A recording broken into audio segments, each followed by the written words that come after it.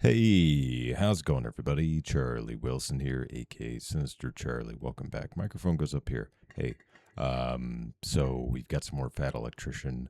I haven't done one of these in a little while, so a lot of the ones that have been coming out are usually like an hour long. So I don't think it'd make for a good reaction because it would just be me sitting here watching it, not saying anything, even less than I usually do. Anyway, we got Fat Electrician, the only top secret, Medal of Honor. Oh, top secret. Okay. Hiroshi Hershey Miyamura. I said that correctly, I believe.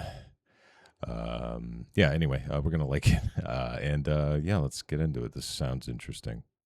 All right, we talked about the Nisei in World War II, the Japanese Americans that, despite being discriminated against and interned because of their Japanese ancestry, would go off and not only fight for America, but become the most decorated unit in American history. Let's see what some of the Nisei were up to during the Korean War. All right. Quack. Today we're talking about Hiroshi Miyamura, a.k.a. Hershey, World War II veteran, Korean War veteran, Medal of Honor recipient, and to the best of my knowledge and research, the only man whose Medal of Honor was ever classified as top secret. And we're going to get... Yeah, I would imagine it's probably because of his Japanese heritage or something like that. I would imagine. Or he was just top secret guy. But also, I think his name is Hershey probably because he liked chocolate bars. I don't know. I would imagine. And why right after word from our sponsor. This video is brought to you by Element. Hey, look, you know what Element is? I know what Element is. They've been sponsoring like every other video for a year now. Sure. It's hydration mix. Doesn't have a bunch of bullshit in it. There's no sugar. There's no artificial dyes. It's just salt, magnesium, potassium, some natural flavoring, and a little bit of sweetener. That's it. You can get the sticks if you want to take them anywhere, or they have cans if you like carbonation. Okay, that's it. That's the whole pitch. Okay. Do you want not headaches and clear pee? Drink Element. Okay, right. The end. Contractually speaking, this ad has 3 weeks. It's been fantastic. So if you want to give Element a try, I'll have a link down below. When you use my link, you're going to get a free sample pack with your order. Now, back to the video.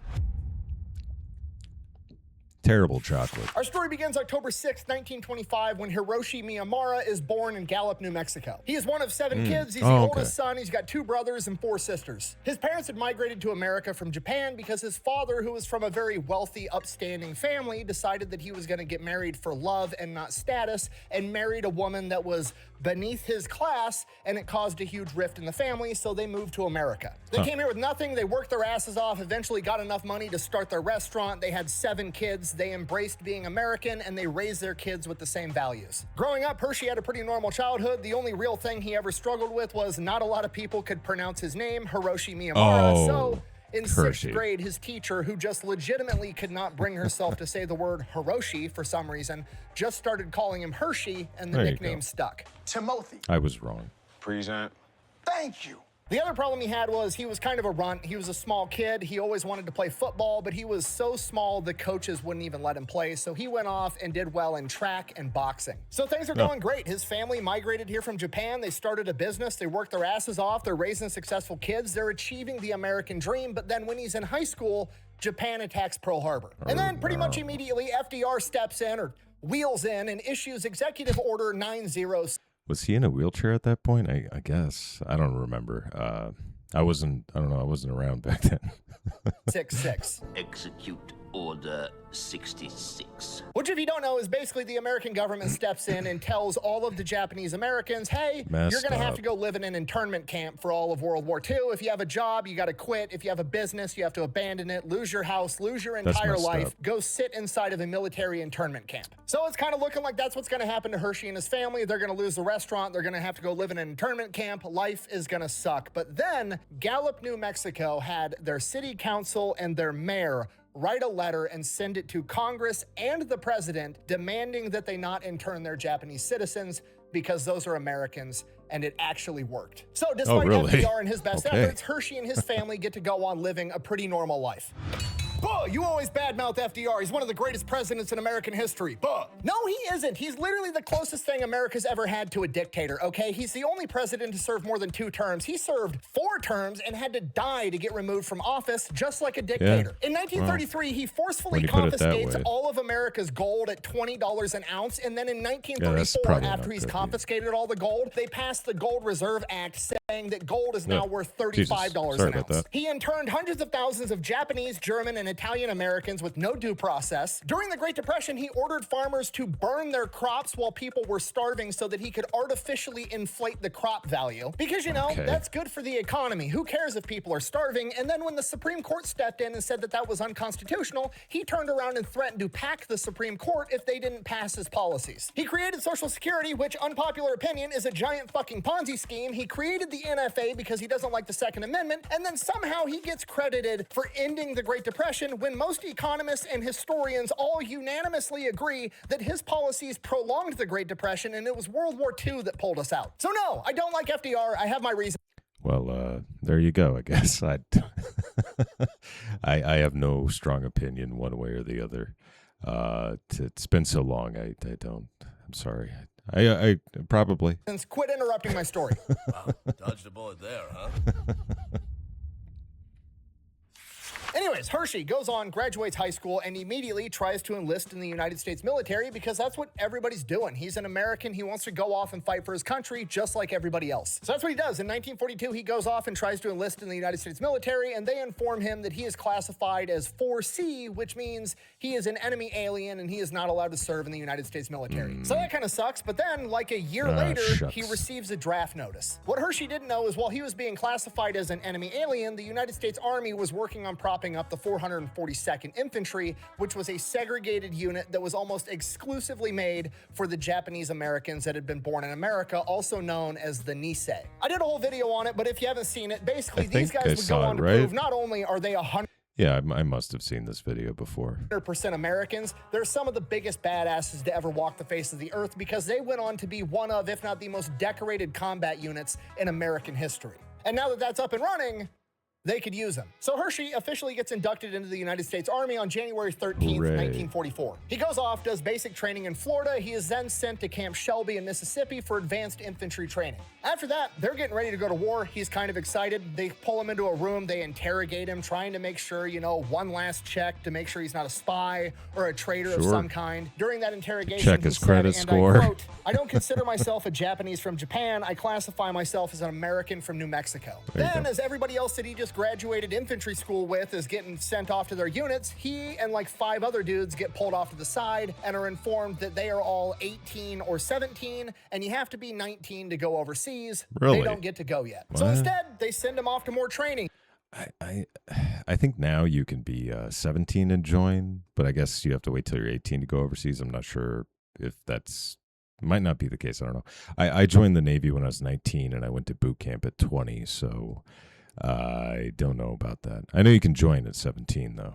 He goes to 13 weeks of heavy weapons training where he gets to become a machine gunner, which is the perfect role for him, okay? Small guy, I know, like the common consensus is you're always picturing the machine gunner as like the big jacked corn-fed guy from Nebraska. Almost never is that guy the machine gunner, okay? That's the dude kicking the door. The machine gunner every single time is like the 6'2", 110-pound white guy with the birth control glasses that's constantly ripping cigarettes, or it's the small nerdy guy every single time. So Hershey goes, graduates heavy weapons school. Now he's I had when I was in Iraq, I was the gunner for the second vehicle, and I had an M240 Bravo. I'm not sure if that makes me a nerd or not, but just thought I'd let you know. He's 19 years old. They're getting ready to send him over to Europe, and then he goes through his physical, and the doctor's like, "You have a hernia." And he's like, "I don't even know what that is. Didn't know I had one. I'm fine. Send me." And the doctor's like, "No, you have to go get it fixed." No. So he goes, gets his hernia fixed for surgery, takes months to recover. Okay, now he's good. He's ready to go. He gets on the boat. They send him over to Europe. He gets 5 days out from landing in Europe, and the entire ship is informed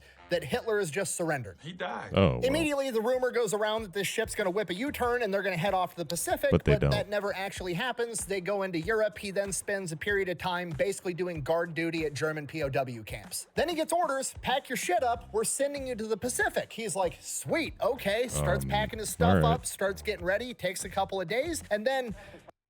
Atomic bomb. And then they cancel the orders because Japan also just surrendered. That's great! That's just great! And that's it. That was his World War II. He packs his shit up, he heads back home to America, starts his life. When he gets back home to America, he decides that he wants to stay in the Army Reserve, which is what he does. He also goes off to college, comes back home, he's working as an auto mechanic, meets his wife Terry, they get married in 1949, they start having kids. Everything's going fine. Around the same time, his 3-year Army Reserve contract was about to be up, and he decided that he was going to re-enlist for an additional 3 years without running it by his wife. Oh, no. You don't want to do that. You what? So she's obviously not very happy that he didn't run that decision by her first, but you know, what's the big deal? He's been in the Army Reserve the entire time she's known him. It's just some training, a couple weekends a month, some little bit of time in the summer, a little bit of an adventure for him. What's the worst thing that could happen? War in Korea. Okay. So like 3 months later, the Korean War starts and he immediately gets activated and sent to California.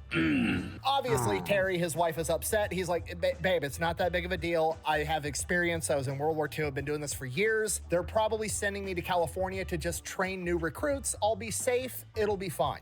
So? Then his orders get changed. He's still Yeah, going to that'll California, happen. but only after he goes to Fort Hood, Texas for a 9-week refresher course on infantry tactics. Oh, boy. Not looking good. But it's No. okay. They're probably just, making sure he gets the refresher course so he can go up to California and train all the new recruits. That's probably what's happening. So he goes, finishes the 9-week refresher course, then they put him on a train headed for California, and wouldn't you know it, the train stops in Gallup, New Mexico, and he goes up to his commanding cool. officer and is like, hey, I live like 3 blocks from this train station. Can I run home and say hi to my wife? And the commanding officer, being cool as shit, is like, yeah, but when you hear the train whistle blow, you better fucking be no. on this train. So he takes off running, runs home, gets to spend 15 minutes with Terry before he has to run back to the train and is sent off to California. Gets to California, he is then told that he is not training new recruits. He is going to Japan for a little bit of more training, and then his ass is going to Korea to be a machine gunner. And now he's got to tell that to his wife. Oh, boy. So he gets attached to the 3rd Infantry, gets shipped off. Yeah, lucky for me, I was single. I wasn't single the whole time I was in the Navy, but I was never married,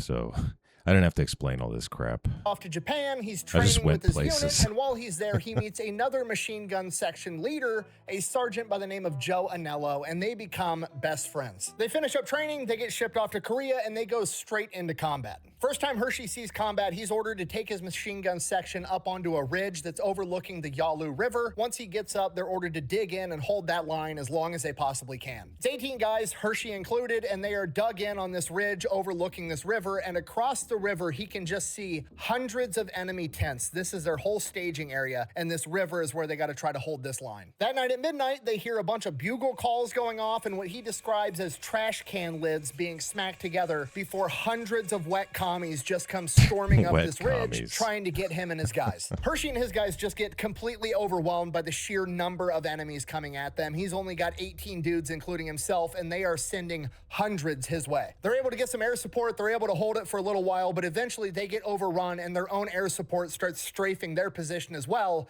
at which point he has to Well, that's call not it and good. issues a retreat. He never did get to find out why they started strafing his position, whether they thought he was completely overrun, because he definitely didn't call for them to attack his position, but whatever, one thing's for sure, this is a giant clusterfuck. Him and his guys make a clean getaway. From here, they are told to get on a ship, and they're being sent to a port at a place called Hungnam in North Korea. Hershey doesn't realize this yet, but him and his guys are being brought in to support the Marines that are fighting at the Chosin Reservoir, which I've also done an entire I video remember on. this Okay, one. super abbreviated version of what's going on. General MacArthur tells the Marines to penetrate way farther north than they should. They get within 40 miles of the Chinese border. The Chinese sends like 200,000 soldiers south to attack the Marines. They get surrounded. They have to fight their way out, and the only way they're going to get out with their lives is if they can make it to the port at Hungnam so they can get evacuated, and Hershey is going there to support that. That's exactly what happens. Hershey and the 3rd Infantry show up. They set up a perimeter around Hungnam. They get the Marines in there. They get the Marines loaded on ships. They get the civilians loaded on ships. Everybody's crammed in there like sardines. Hershey and his guys board one of the last ships out,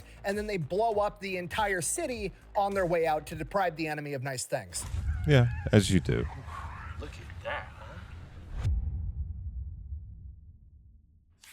From here, they're shipped back down south. They get off the ship. Then they are ordered to go and basically invade North Korea again. And he spends about a month fighting further and further into North Korea. By mid-April 1951, the Chinese and the North Koreans have launched their spring offensive. They're going to throw everything they have at the American lines. And Hershey and his guys are ordered to fall back to the Imjin River. They cross the river, headed back south. Then they're ordered to hold the ridge there with the river as long as they can. Hershey's in charge of a 13-man machine gun squad and is given 4 extra riflemen riflemen for a total of 17 guys. He's got his section that he's holding, and his buddy Joe Anello is holding his machine gun section off to the right, and it's just the entire American forces standing in a line with machine guns trying to hold it as long as they can. That's the strategy. So they go there, they get dug in, they build trenches, they build fortifications. Hershey has his guys go down by the river and set up tripwires and flares that'll set off if the enemy starts coming their direction, and then they just wait.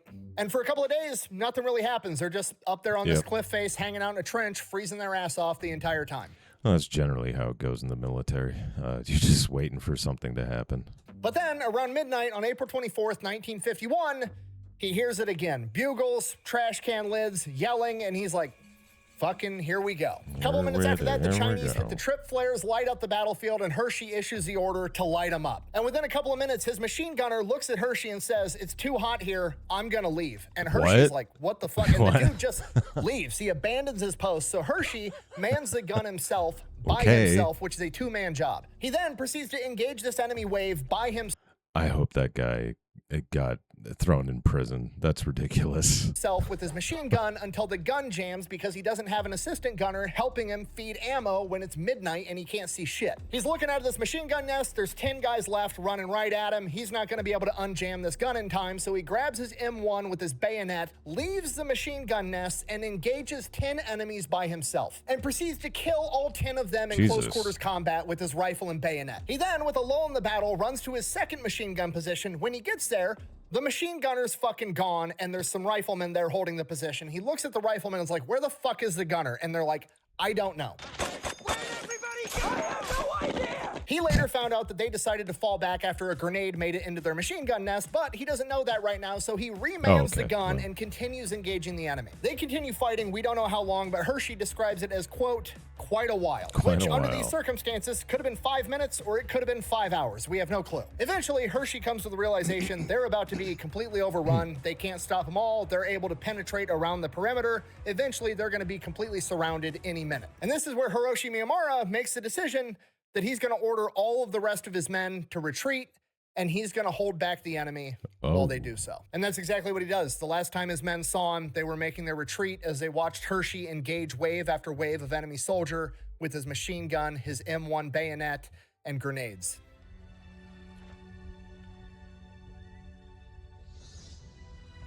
Not only does Hershey hold back the enemy long enough for his men to make a clean getaway, he holds the enemy back for so long that he starts getting his position hit by American artillery because they think he's dead. At this point, Hershey's like, time to fucking go, grabs his M1 and bayonet and starts running through the trenches, starts running through the trails, eventually turns a corner and runs face first into a massive silhouette. It's dark, can't really see who it is, doesn't fire, thinking it's obviously an American because this dude's way too big to be a starving communist. He then sees the Chinese communist Winter Soldier hat and then sees that he has a grenade in his hand and immediately lunges forward, stabs him, and then fires.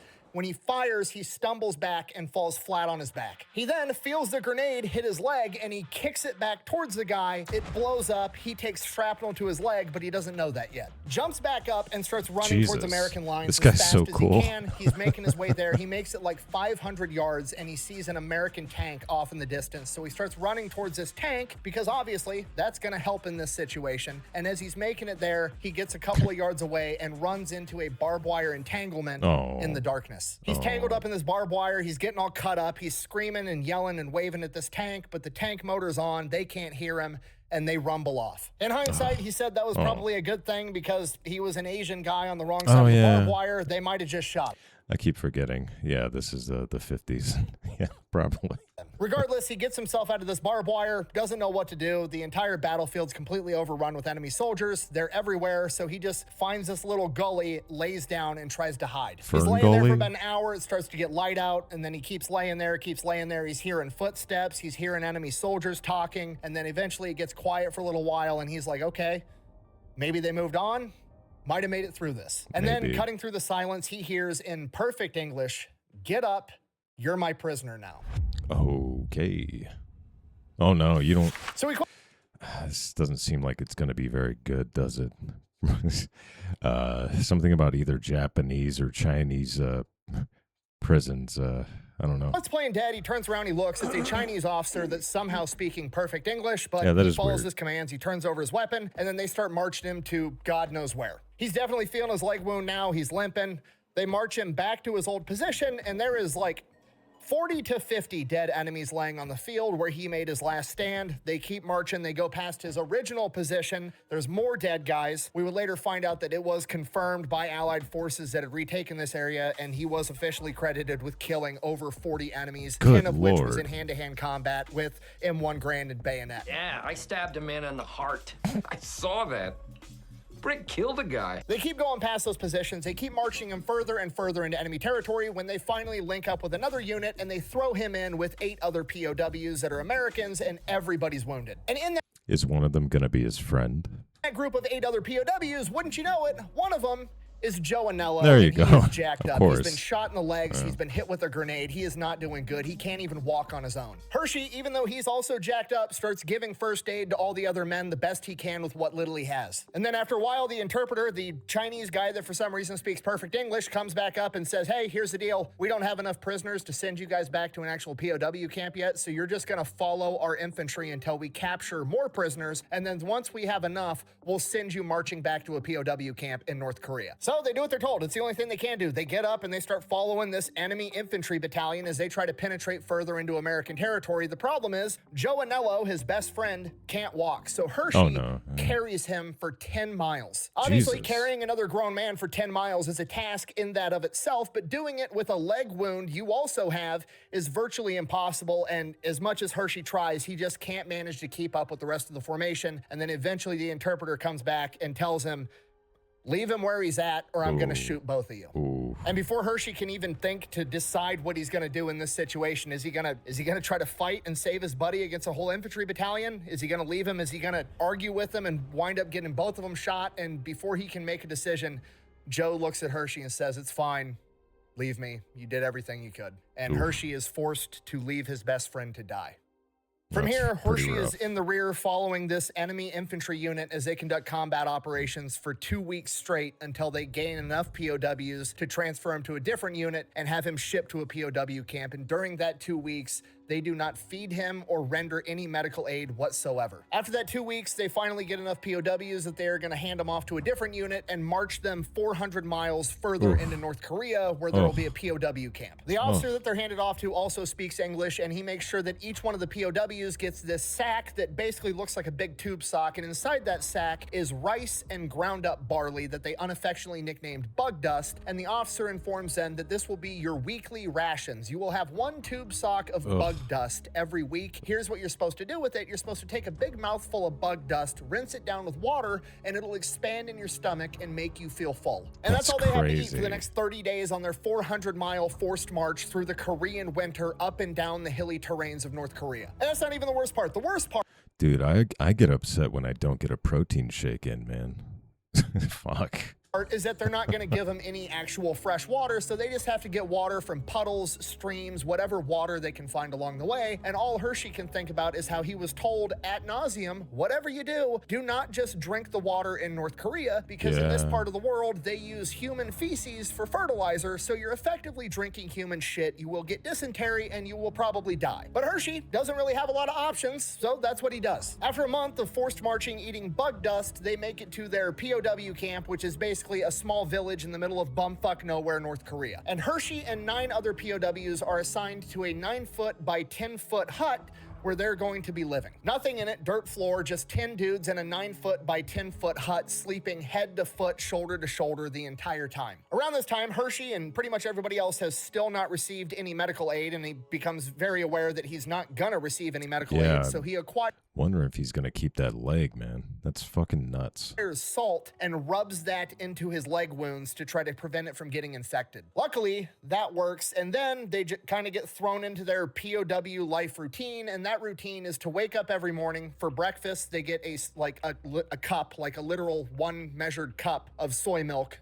for their breakfast, and then they are force marched out to where there's a bunch of trees and forced to cut down trees for firewood. After they cut down enough firewood for the day, they're marched back, and then they have to sit there and listen to propaganda and brainwashing as the Koreans and Chinese guys force them to read communist pamphlets and material, and then force them to sit around in a group like it's an AA meeting and talk about how horrific capitalism is and how bad America is, and how this is clearly the better way of life, which is a bold strategy when you have somebody sleeping in a hut with 10 other dudes head to... Yeah, didn't we give the Germans, German POWs like Coca-Cola and burgers and stuff? Like, if you wanted to show that you have like an abundance of food and stuff, that would be the way to show people.